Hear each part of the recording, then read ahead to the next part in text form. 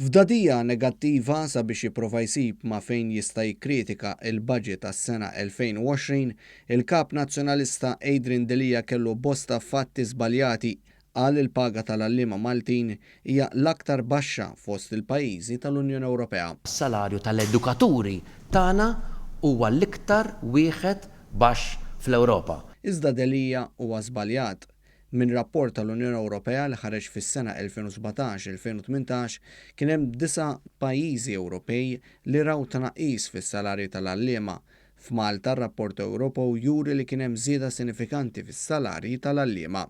Dan bis-saħħa ta' żewġ ftehimiet kollettivi li kienu ffirmati mal-Gvern fl-aħħar snin li raw il-pagi tal-għalliema f'Malta jiżdiedu b'mod sostanzjali, tant li s-salarji bażiċi f'Malta qabżu dawk fil-Portugal u laħqu s-salarji tal-għalliema fl-Italja.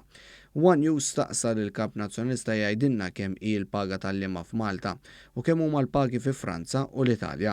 Iżda Delija li ma kellux il-fatti fideh baqa' qal biss li l-pagi huma baxxi. U semmejt ukoll fil-press conference il-pagi tal-għalliema. Kemm il-pagi tal-għalliema f'Malta, l-Italja u fi Franza? Statistika internazzjonali qed tgħid illi l-paga s-salarju tal-edukaturi tagħna huwa l-iktar wieħed baxx fl-Ewropa. Fl-2017 għallim fi skala 7 kien jieħu ftit inqas minn 27,000 euro jekk ikun ilu 20 sena jgħallem.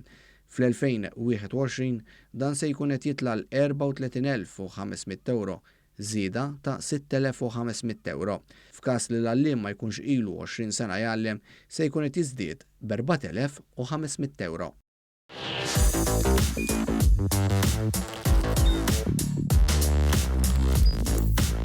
Idħol fuq one.com.mt u hemmhekk tista' tara l-programmi kollha li jxandru fuq One permezz ta' One Play.